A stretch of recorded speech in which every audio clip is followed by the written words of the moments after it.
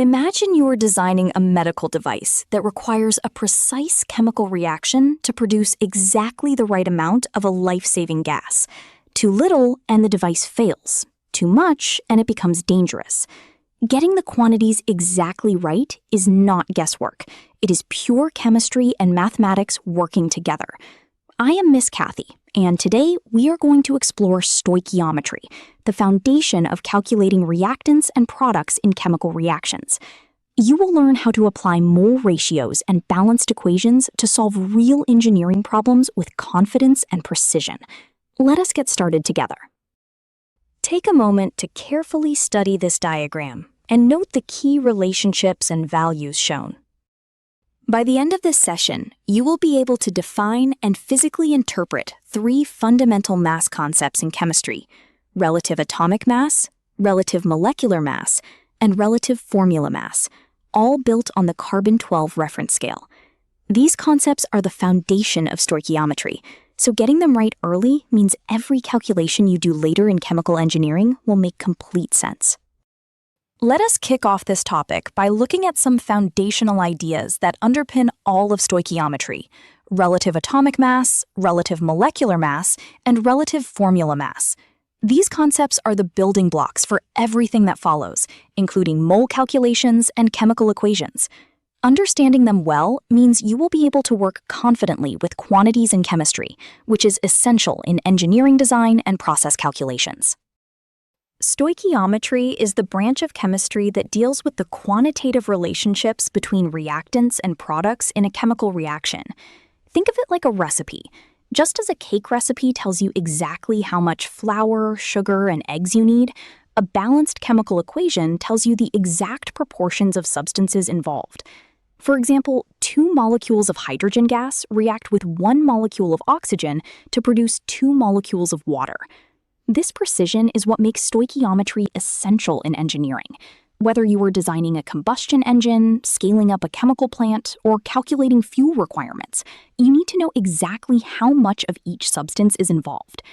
The foundation rests on being able to count particles at the atomic level, which requires an agreed unit of measurement and a reliable way to measure those incredibly small quantities. That unit and method are what we will be building toward as we move through this topic. When we talk about chemical reactions, we are dealing with particles so tiny they cannot be counted or weighed one by one. So chemists use a standardized counting unit to work with them in practical quantities.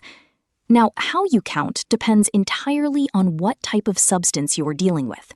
For single elements, like sodium or chlorine in their elemental form, you count individual atoms. For covalent compounds, like water, you count whole molecules, because those atoms are bonded together and behave as one unit. For ionic compounds, like sodium chloride, there are no discrete molecules. Instead, you count formula units, which represent the fixed ratio of positive and negative ions in the structure. Think of it like counting items at a store. A single screw is counted individually, a pair of gloves is counted as a set, and a box of screws is counted by the box. The item type determines your counting method. In engineering practice, getting this classification right is the foundation of every stoichiometric calculation. If you misidentify the particle type, your mole calculations and reaction ratios will be off from the very start. Here is why we cannot simply weigh atoms the way we weigh objects in a lab. Atoms are unimaginably small. A single carbon atom has a mass of about 2 × 10 to the power of -23 grams, which is completely impractical to work with directly. So instead, scientists use relative comparison. Think of it like comparing the price of items without knowing the currency. If one item costs 3 times more than another, you understand the ratio even without knowing the exact figures. By choosing carbon-12 as the agreed international standard, with a relative mass of exactly 12, every other atom's mass can be expressed as a clean, unitless ratio against it. This is the foundation for everything that follows: relative atomic mass, molecular mass, and formula mass, all of which are essential when engineers calculate reactant and product quantities in industrial chemical processes. Now, why do we need a standard in the first place? Atoms are incredibly tiny. far too small to place on any scale and weigh directly. So chemists needed a fixed reference point to compare atomic masses against, and that reference is carbon-12. Carbon-12 is assigned a relative mass of exactly 12, by definition. Every other atom's relative atomic mass is then determined by comparing its actual mass to 1/12 the mass of a carbon-12 atom. Think of it like using a standard ruler. You aren't measuring the ruler itself, you are using it to measure everything else. Now, here is an important detail. Most elements exist as a mixture of isotopes, atoms of the same element but with different numbers of neutrons, and therefore different masses. So the relative atomic mass you see on the periodic table is not one single isotope's mass. It is a weighted average, reflecting how much of each isotope occurs naturally.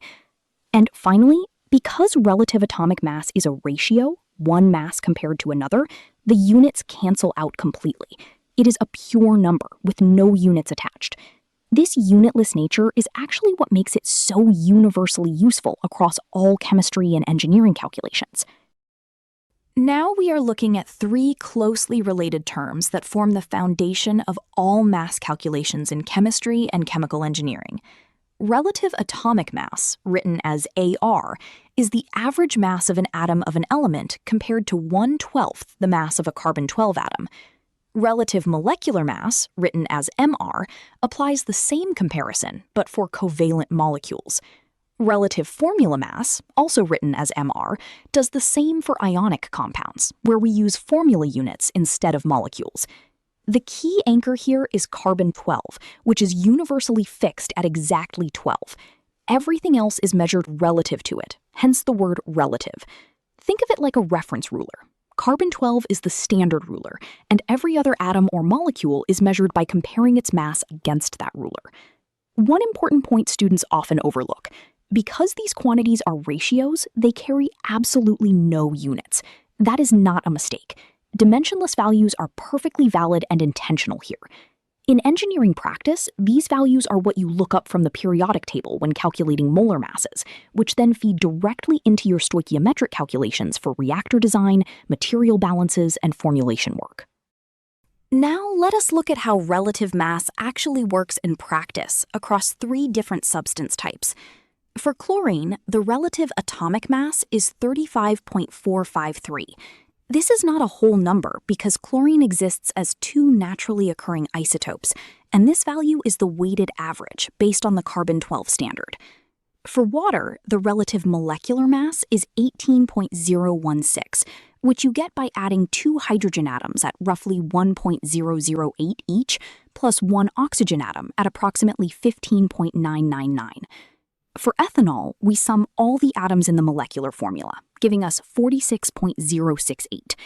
In engineering, these values are your foundation for calculating how much of each substance you actually need in a reaction or process.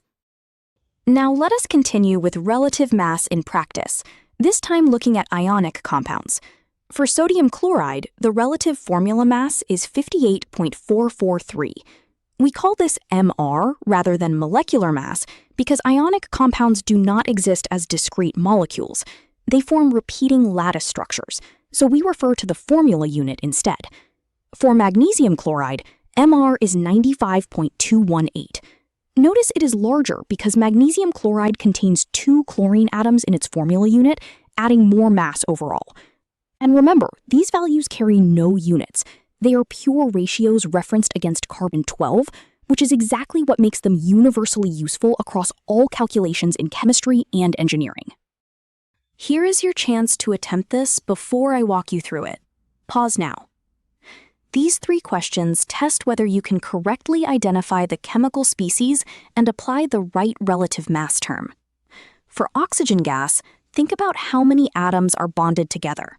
For magnesium chloride, consider whether it forms discrete molecules or an ionic lattice. For chlorine as a single atom, think about what relative mass term applies to individual atoms. AR applies to single atoms, and MR applies to molecules and formula units. And that brings us to the end of our lesson on stoichiometry. We covered mole relationships, balanced chemical equations, and how to calculate reactants and products with precision. These skills are not just textbook exercises.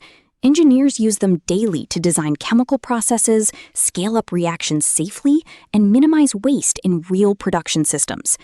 Keep practicing these calculations and explore how stoichiometry applies in industries around you. Once again, this is Miss Kathy. Be blessed and be a blessing to others.